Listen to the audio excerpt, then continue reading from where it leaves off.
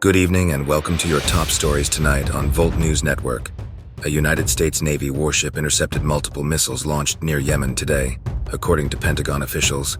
The USS Carney intercepted 3 ground attack missiles and 6 drones launched by Iran-backed Houthi rebels from Yemen. General Pat Ryder said the missiles were headed north along the Red Sea, potentially toward targets in Israel. This demonstrates the U.S.'s integrated air and missile defense systems in the region that are used to protect partners and interests. No U.S. forces or civilians were harmed, according to Ryder. The intercepts come amid rising tensions in the region as Israel continues fighting Hamas in Gaza. In recent days, U.S. sites in Syria and Iraq have also been targeted by drones, with one drone striking a base and causing minor injuries to coalition personnel, according to Ryder. The Biden administration admitted to and apologized for posting a photo on the White House Instagram account that showed the faces of multiple members of a U.S. Special Forces unit stationed in Israel. The photo, which received hundreds of thousands of views, showed the soldiers meeting with President Biden during his trip to Israel amid its war with Hamas.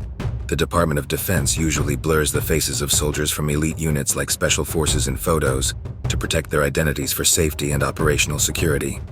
After the photo was posted, it drew sharp criticism from Republicans, with some blasting the White House as incompetent for doxing the elite forces during their deployment. The post was taken down about an hour after it was published. A White House spokesperson told Fox News they regretted the error and issues it may have caused, admitting the photo should not have been posted with the soldiers' faces shown. In an address from the Oval Office today, President Biden said that both Hamas and Russian President Vladimir Putin want to annihilate neighboring democracies.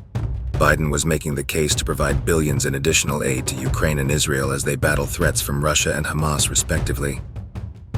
Biden had just returned from a trip to Israel where he met with leaders and backed the nation as it prepares for a potential ground invasion of Gaza in its war with Hamas. He said he would ask Congress for an unprecedented aid package this week, reported to include $10 billion for Israel and $60 billion for Ukraine.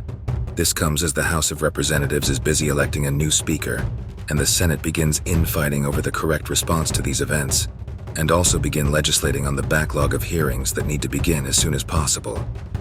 This has been your top stories tonight on Volt News Network. Tune in tomorrow for more. Good night.